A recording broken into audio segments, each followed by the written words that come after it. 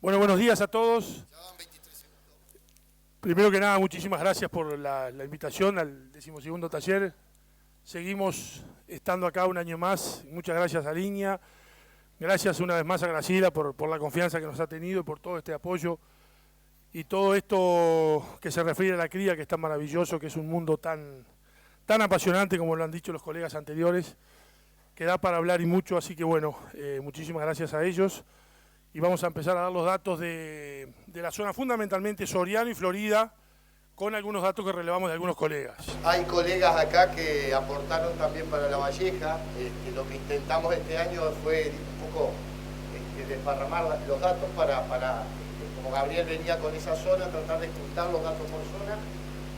Cosa que cuesta mucho, ¿no? Yo quiero resaltar los colegas que nos apoyaron a nosotros y que han ido apoyando a los distintos centros en las distintas presentaciones. Este trabajo vale la pena en la medida que todos sigamos empujando.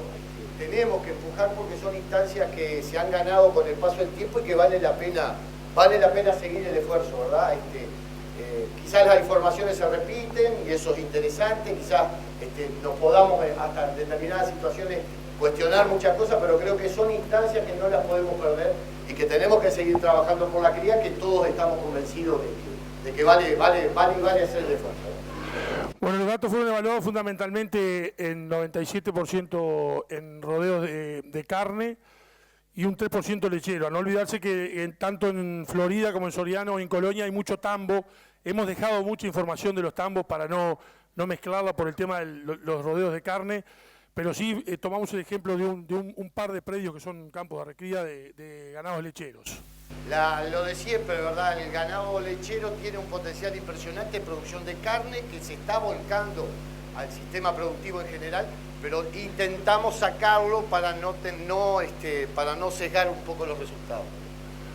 Bueno, los diagnósticos, como han visto los colegas también, por diagnóstico manual o por ecografía. Acá yo tengo algunas discrepancias que yo creo que lo he manifestado.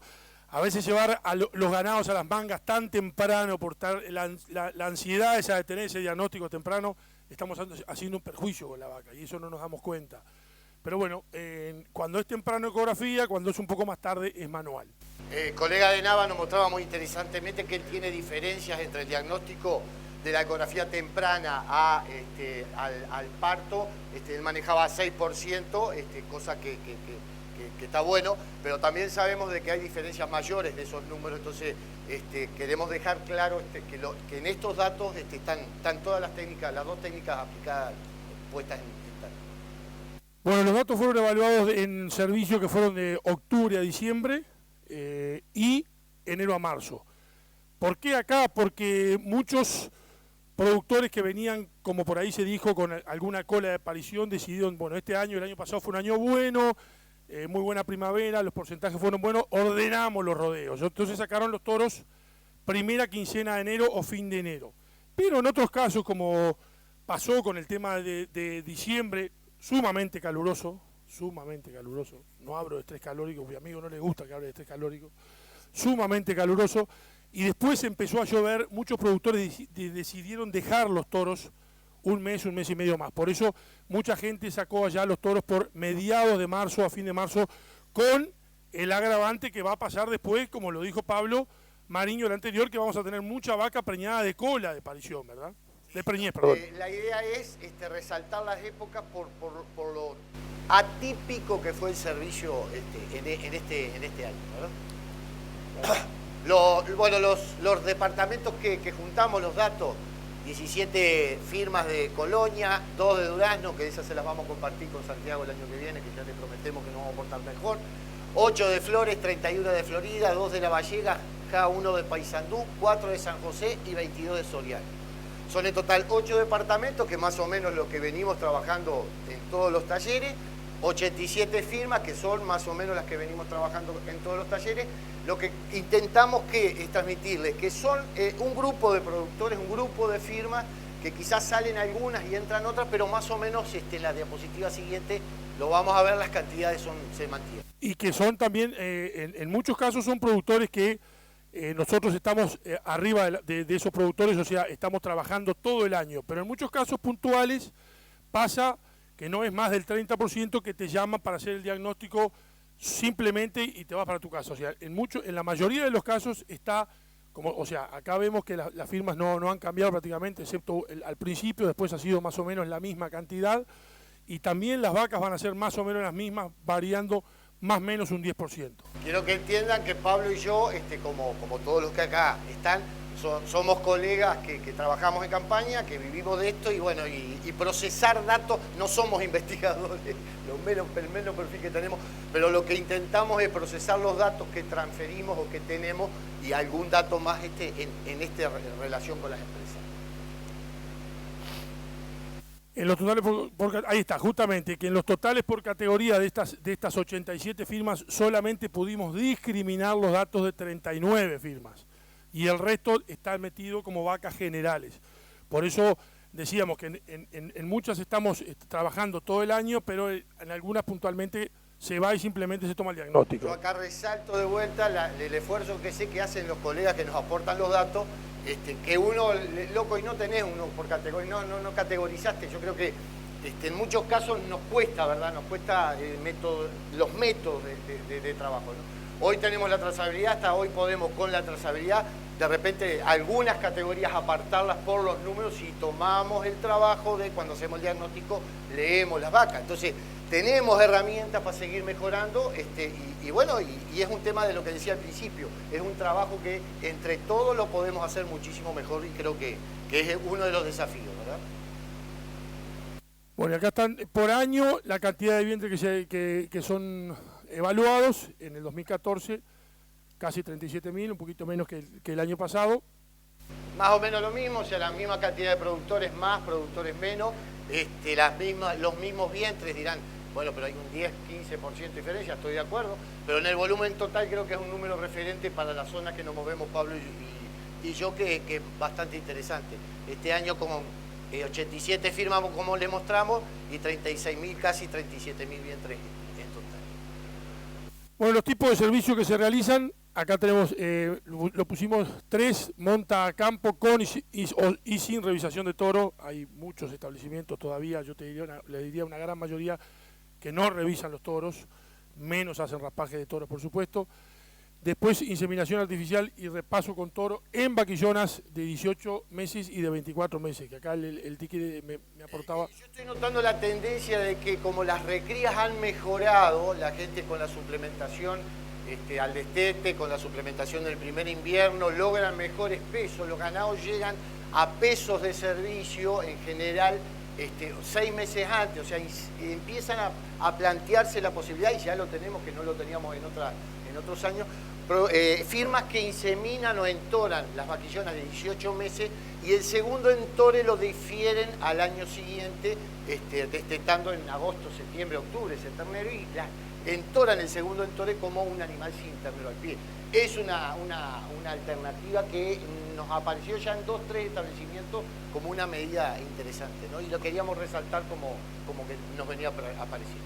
Y la otra es la IATF en cola de parición, o sea, de repente se hace un diagnóstico de actividad ovárica y con el monitoreo del animal también, con condición corporal, y en base a lo que está en anestros profundos, se hacen dos cosas, el destete precoz muchas veces conjuntamente con una IATF, que normalmente coincide esto con la cola de aparición, ¿verdad? De vuelta, esto recuerden que todas estas técnicas que pudimos relevar con Pablo son sobre él, más o menos la mitad de las firmas y no sobre las 87 en total, pero aparecen varias de ellas esta tecnología como indicada por los distintos profesionales y en caso de la información que tenemos. Los tipos de destetes puestos en práctica, el destete temporario, el destete tradicional, que gracias a Dios cada vez es menos, pero se sigue haciendo, que desteta en marzo, mayo, bueno, en fin, depende cuando ya el ternero es más grande que la vaca.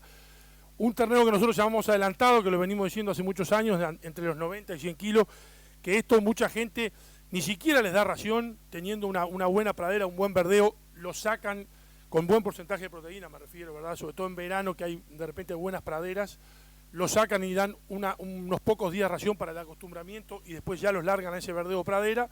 Y el precoz, ya lo que hablamos hace un ratito, de 60 kilos, en esos lotes de cola de parición, que de repente están con un anestro profundo muy grande o una vaca que está muy flaca para poder lograr que se pueda alzar. De los animales por departamento, los porcentajes de animales por departamento de los distintos años, bueno, es una transparencia que la venimos trayendo año a año y bueno, acá sí, por departamento de repente puede ser un poco más sesgado porque han entrado alguna firma que otra, pero los porcentajes más o menos se siguen manteniendo. Y bueno, acá está de vuelta 8 departamentos, 87 firmas, 39 con los datos por categoría, 36.982 vientres. De eso lo que pudimos discriminar son las vaquillonas, un 14% del total de las vaquillonas, 4.495 de las 5.141, resultaron preñadas con un 87.5 de preñez, que tenemos la misma sensación todos, que no es lo que deberíamos tener. Hay factores ahí que no solamente es el factor nutricional, hay otros factores que están golpeando ese número y bueno, no es malo, pero consideraríamos que tiene que ser mejor. Del ganado de segundo servicio, que son 6% del total de lo que pudimos relevar, 1.688 preñadas de 2.175.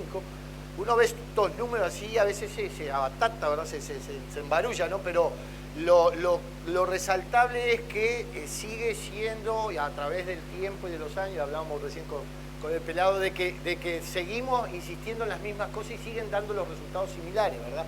Cuando atendemos el segundo servicio, le damos prioridad al segundo servicio, las vaquillonas del segundo servicio se preñan, ¿verdad?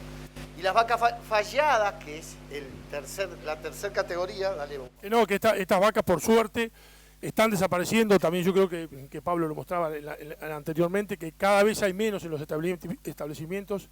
Eso habla muy bien, digo, primero porque se hace una selección por fertilidad y segundo porque de repente muchos productores hacen caja con esas vacas que están un año entero, de repente llegan al próximo entore, un año entero en el campo sin producir, que son muy pocas y bueno, se preñaron creo el 90% de las 700 que pudimos evaluar. Sigue siendo la selección de los vientres por fertilidad una herramienta que de repente no la estamos sabiendo usar o no la estamos usando y nos ha costado transmitirle a la gente de que la vaca fallada, cuando falla en las mismas condiciones, por algún problema llámesele como quiera. Entonces esa categoría debería ser una categoría que cada vez siga desapareciendo. Realmente el negocio no lo condiciona la preñez, entonces lo condicionan otras cosas que a veces esa categoría se sigue manteniendo. En relación a las vacas. Y las vacas generales, o sea, metimos dentro del global, hay de todo, que quedaron 22.121 preñadas de 28.966, que da un 78% del total de vacas generales relevadas. Esa categoría dio un 76.4% de Entonces, en el resumen, global son 36.982 vientres que relevamos, información que levantamos del campo. 28.937 de los animales que son relevados son los preñados, que hacen un 78.3%. Se ve más que claro. Sí, otra vez lo mismo, digo, los que pasaron anteriormente lo mismo. Pensamos que iba a ser mejor, pero las condiciones del tiempo, del año, de los mercados, que yo creo que es un punto importantísimo, el mercado de ternero que por allá, por primeros meses del año se planchó, que digo, ahí fue un factor importante, el productor bajó los brazos, en algunos casos no hizo nada, en otros casos vio mucho pasto y dijo, no, las vacas están bárbaras, están bien de bien, los terneros están lindos, no hizo ningún otro tipo de trabajo sobre la vaca. Por eso nos parecía que este dato no es bueno con respecto a los años anteriores. Las expectativas iniciales, acuérdense de que eran que iba a ser un año interesante de ternero y bueno, y después poco a poco, a medida que fueron llegando los datos, nos encontramos con ellos. Pero más allá de eso, nos quedamos los datos más o menos relevados de años anteriores en un 1% menos de preñez, cosa que tampoco es tan grave, ¿no? Creo que anduvo en la buena. Ahí está con respecto a los últimos 8 años, el 2013 fue el 79 con pocas vacas más y el 2014 un 78 con alguna vaca menos. Ahí también más o menos la misma diapositiva, teniendo en cuenta los distintos años, los vientres totales y la cantidad de vientres preñados y los porcentajes. De nuevo, insistir de que estamos hablando de un 1% menos de preñez. Bueno, datos primarios y algunas conclusiones, que los promedios de preñez fueron un 1% inferiores, o sea, esto es solamente un número, es solamente un poquito inferior al año pasado. Que los meses durante el Entore, lo que decíamos hoy, fueron muy inestables desde el punto de vista climático, mucho calor en diciembre y enero y exceso de agua de la mitad de enero y prácticamente todo febrero.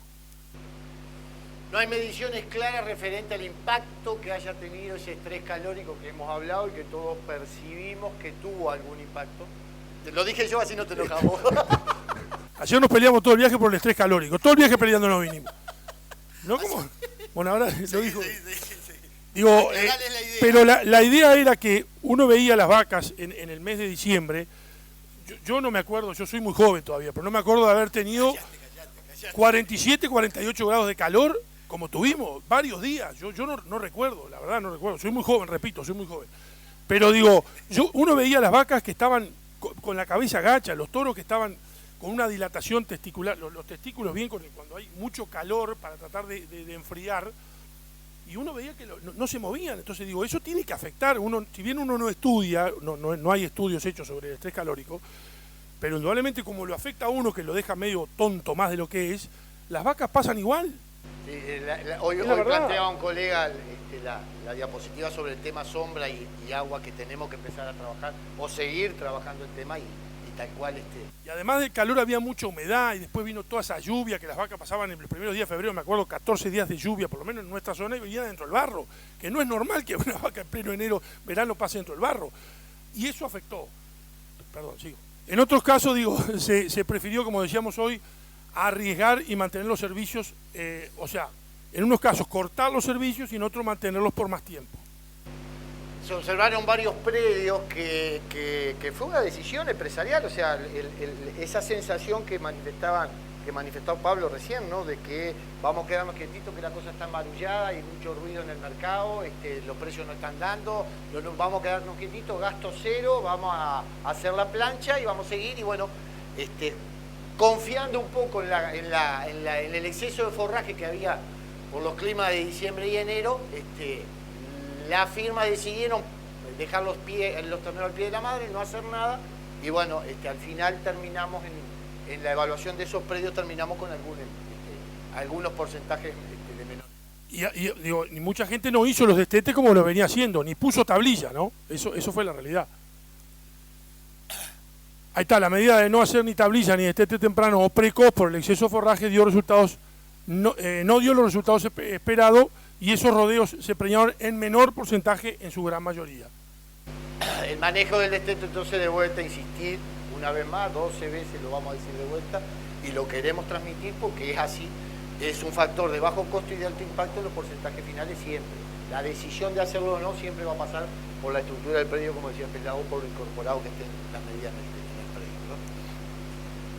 Bueno, y también siguen resaltando, una vez más, como lo han dicho todos, que aquellos rodeos que con manejo e inversiones dirigidas mantienen porcentajes altos, con asesoramiento, con todo la norma de pautas que se hacen, resaltan sobre el resto de los predios. Recordemos que siempre que planteamos todos estos números son productores en general que tienen cierta llegada, los veterinarios tenemos alguna llegada que otra, ¿verdad?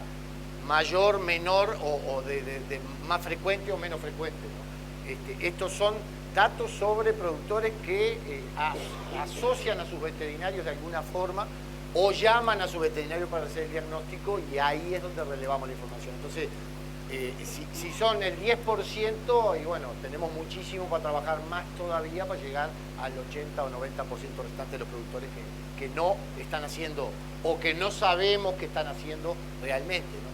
Pero sí que dentro de esos productores que nos están llamando siempre hay un perfil alto en algunos que ya han adoptado muchas de estas medidas como medidas a tomar en los momentos del servicio. Bueno, la agricultura, por supuesto, que como estamos en una zona agrícola, ganadera, sigue siendo, en cuanto a reservas y suplemento, algo realmente importante para la cría. A pesar de que las vacas están en los bajos y todo, digo, pero es mucho más sencillo tener algún mejoramiento, alguna pradera, que en zonas de repente netamente criadoras o de campos más pobres. Intercambiamos la idea, ¿no? Cómo seguimos con 12 millones de vacas, le hemos sacado la superficie de la forestación, le hemos sacado mucha más agricultura y bueno, y los porcentajes de preñez no han sido malos, o sea que la producción sigue siendo de repente en menor superficie, pero la agricultura sigue aportando en su buena medida muchos de los aspectos. Bueno, y antes que ya tenemos temas que nos preocupan y creemos debemos ocuparnos en algún momento. Siempre surgen de las discusiones y de las charlas y de los intercambios algunas cosas que vamos teniendo en común o que vemos para adelante, ¿verdad? Y bueno, creo que... bueno, esto lo dijimos el año pasado, lo manifestamos y nos sigue preocupando las diferencias entre el diagnóstico de gestación y el destete el año siguiente. Llámese por error al diagnóstico, por apresuramiento, por abortos, por reabsorción embrionaria, por muerte al nacimiento, lo que me digan. Pero hay establecimientos que llegan al 20% y eso es disparatado. No podemos darnos el lujo de perder ese disparate. Llegan al 20%, ¿verdad? Y digo, y tenemos las posibilidades de hacer diagnóstico, mandamos, pero todo se nos hace cuesta arriba. Todo se nos hace cuesta arriba y cuando a veces mandamos a analizar fetos... demoramos en el tiempo, digo, tenemos que tener algo más, tiene que ser algo más sencillo para poder llegar a un diagnóstico, para poder tener realmente la verdad de lo que nos está pasando. Necesitamos información de saber realmente qué está pasando. Un 10-15% de terneros que perdemos son preñeces que teníamos y al año siguiente los terneros no aparecen, es mucha guita. Yo creo que amerita pensar entre todos qué sistema se puede armar como para disminuir esta pérdida a efecto de que nos vaya bien a todos, ¿no? Y este es un tema, nos peleamos también, el otro día nos peleamos. Tema bienestar animal. Yo sigo insistiendo con el manejo de los vientres preñados. El año pasado yo hablaba de los perros. Las instalaciones nuestras no son muy buenas, no son nada buenas. Se ha mejorado enormemente, pero trabajamos con instalaciones no muy buenas. Perros, les dan palo, látigo, las traen al puro grito y va a bajar y bajar. Y una vaca que está preñada de 40 días, esa vaca va a reabsorber. Él contaba, contalo vos, pero digo... a mí este tema me quema por dentro porque somos responsables directos, ¿verdad? Y a veces tenemos mucho prurito de no pelearnos con la gente, porque como decía, no me acuerdo quién fue, el año pasado, en los primeros talleres teníamos 2 o 3 personas para que nos ayudaran y ahora somos nosotros los que estamos echando las vacas de atrás junto con el capataz. Entonces, esas cosas también influyen en el trabajo nuestro, ¿verdad? Entonces, nosotros tenemos, cada vez que estamos pasando las vaquillonas por los tubos, en la sanidad de los tambos, que no tiene nada que ver con esto, pero ustedes conocen mucho, estamos teniendo a la semana, 6, 7 días, la aparición de abortos en 4 o 5 vaquillonas, y eso es, y mandás fetos acá y mandás fetos allá, y es manejo, eso es manejo. Hemos instaurado las banderas, intentamos trabajar con banderas, y empezamos todos con la banderita arriba, y terminamos todos con las banderas quebradas. Si nos quiebran todos los palos las banderas, porque le damos palo con él. Me equivoco. Pero eso es verdad, y los perros... Entonces, es necesario que a quien le competa, nosotros somos parte, pero tiene que haber mayor difusión del tema si realmente estamos convencidos de que el manejo animal nos está pegando lo que a producción se refiere, ¿verdad? Y bueno, y tema de instalaciones que decíamos, y tema de la capacitación del personal, ¿no? Digo, cada uno que viene nuevo en un establecimiento trae 3 perros, y todos los perros juntos, pero eso, yo termino agotado porque termino mirando así para abajo y no puedo ni hablar, porque digo, primero me peleo con los dueños y después con los perros, pero digo, en definitiva, eso es una parte importantísima que le damos poca importancia y para mí es clave, sobre todo en una vaca que está recién preñada, que el embrión está acomodándose en el útero, eso es fundamental. Otro tema que también salió en otros talleres, que acá vuelve a insistirse en el tema de la resistencia de los distintos productos antimicrobianos y antiherbióticos, ¿verdad? De estos últimos 30 días hemos tenido varios, lo hemos charlado con Pablo, y varias consultas de problemas parasitarios en la recría, y bueno, y ahora hay investigaciones que están diciendo de que esos picos en la ganancia de peso de la recría terminan afectando el desencadenamiento hormonal, corregime pelado, de la pubertad de las vaquillonas. Bueno, Pensemos de que nuestras recrías no son del todo buenos, pero si arriba de eso estamos con un problema que no hemos diagnosticado, o que no tenemos claro, o que lo venimos percibiendo, creo que llegó hora de decir, bueno, a ver cómo estamos, vamos a investigar, no como se hizo en la NARE hace 10 años, 20 años atrás. Lo mismo con la eficiencia de las vacunas e inmunógenos que utilizamos. Hay algunos que son de la escuela de vacunar todo, y hay algunos que nos gustaría diagnosticar primero para vacunar. Ir sobre lo seguro. Yo tengo leptospira. Bueno, sí señor, vamos con análisis, con todo. Pero digo, a veces se hace uso y abuso de los productos. Uso y abuso de los productos y se deja en manos de cualquiera para vacunar, y eso no está bien. Porque a la larga los perjudicados son los excelentes productos que tenemos.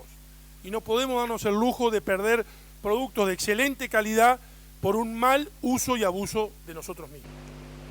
Bueno, y el otro tema que también nos interesa plantearlo, capaz que no tiene nada que ver con la cría, pero todo lo que es producción de carne sigue siendo parte del tema. Hablamos de que los decomisos en la industria, corríjanme si estoy mal porque puedo decir un disparate, pero se habla de 2,5 millones a 3 millones de dólares que perdemos por decomiso de machucones, vacunas mal dadas, hematoma y demás.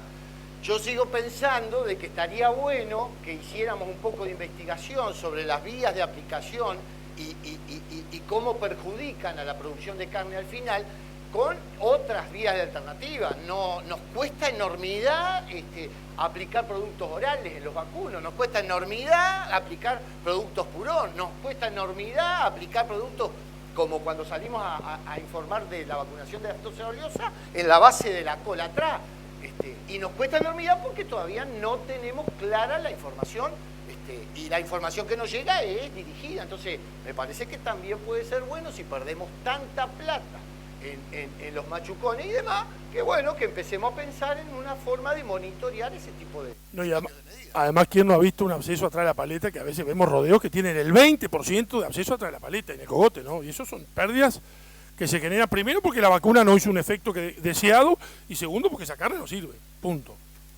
Bueno, muchas gracias. No hablamos más, ya está. Muchas gracias.